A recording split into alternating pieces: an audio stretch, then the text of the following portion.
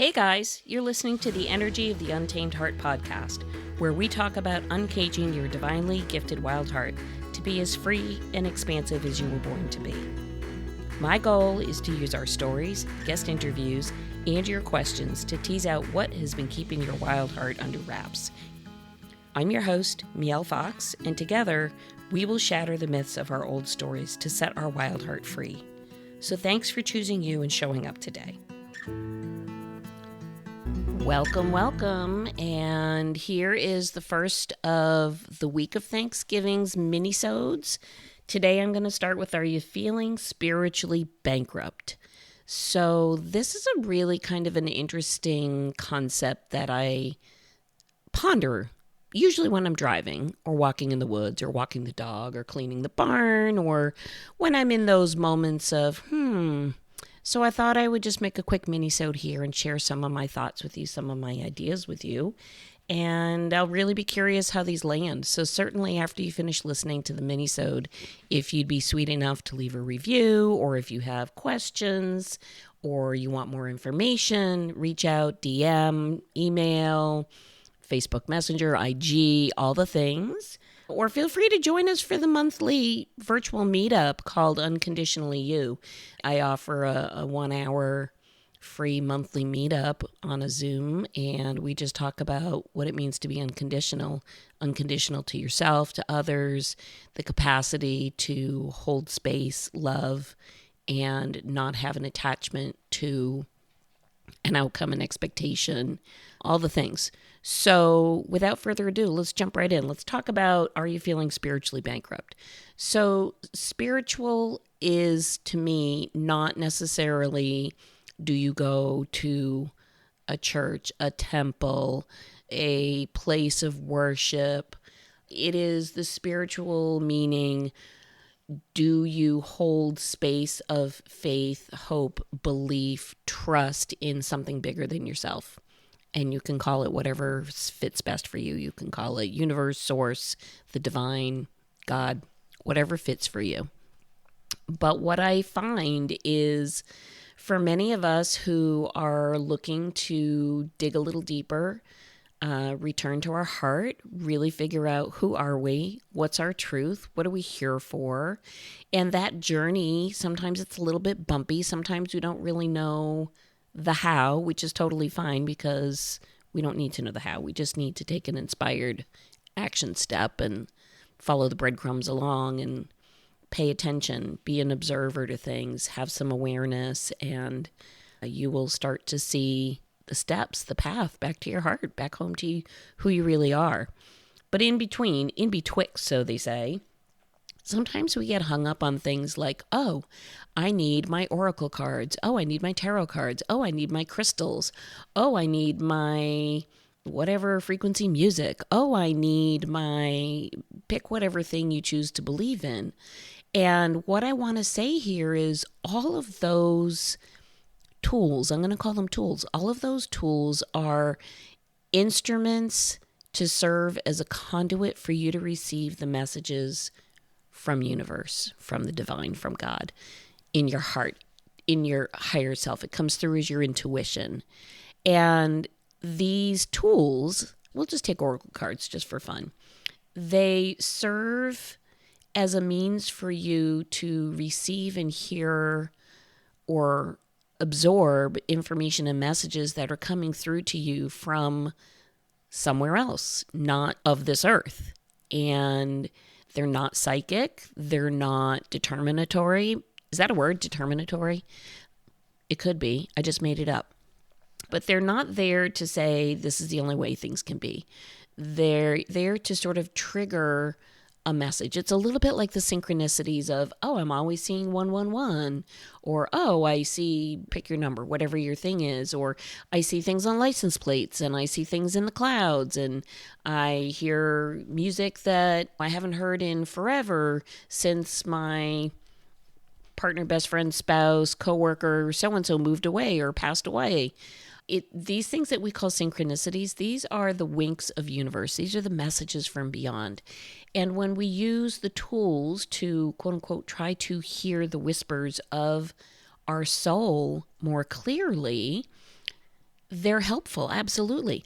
I have a collection of crystals to beat the band. They're beautiful. I love them. They all have very special meaning to me.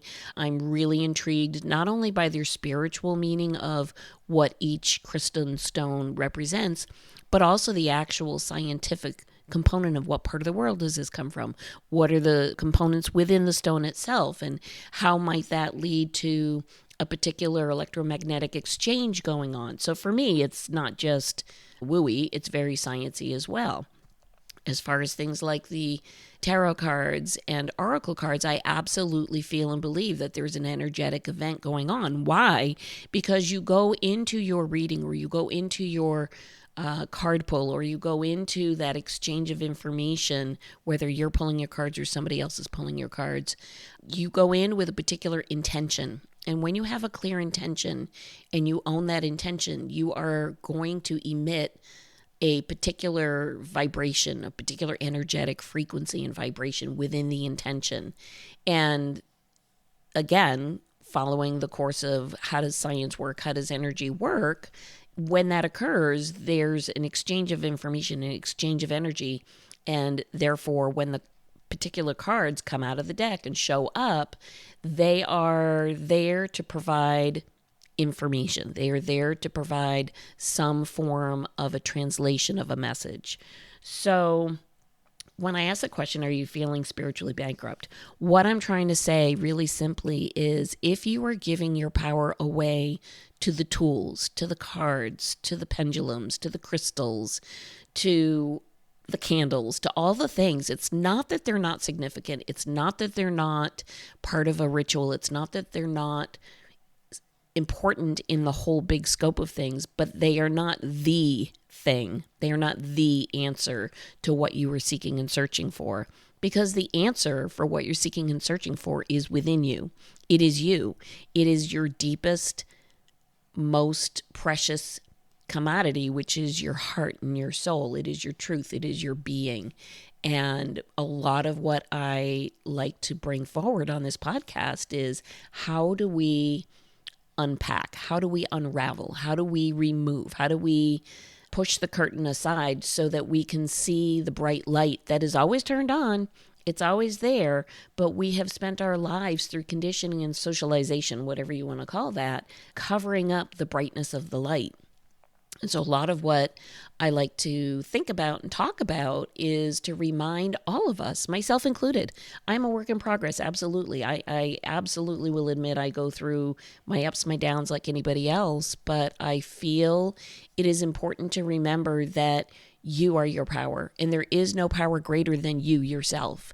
So that when you give that power away to others, whether that's through conditioned beliefs of people pleasing, or doing something because I expect something back, or, oh, I've got to have this, special charm hanging on my neck or nothing's going to happen.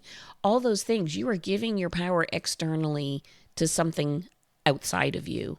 And the reality is, you are the power, your inner being, your soul, your essence, your heart, your truth, your higher self, all of those things. You, that is you. So I'm not sure this makes a whole lot of sense, but I just wanted to get on and share that and say, it's not that these things are not only are they fun. I mean, I love pulling my cards. I got to tell you, I just love pulling my cards, and I love pulling cards for other people.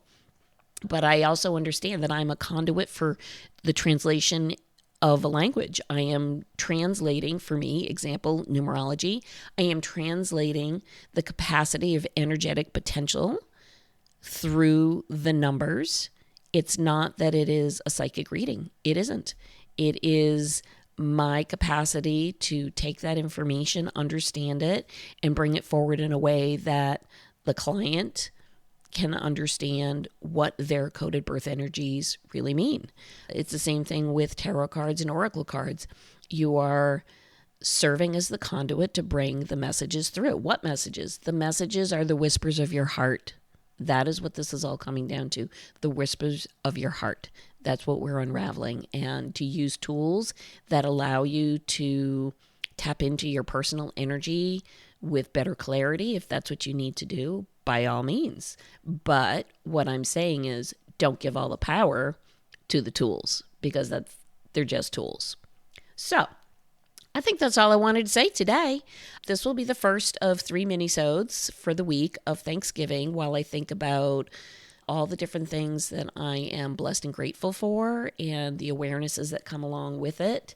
And today's awareness was, are you spiritually bankrupt? Are you giving your power outside of yourself? And if so, can you start with a small awareness to say, interesting, I see.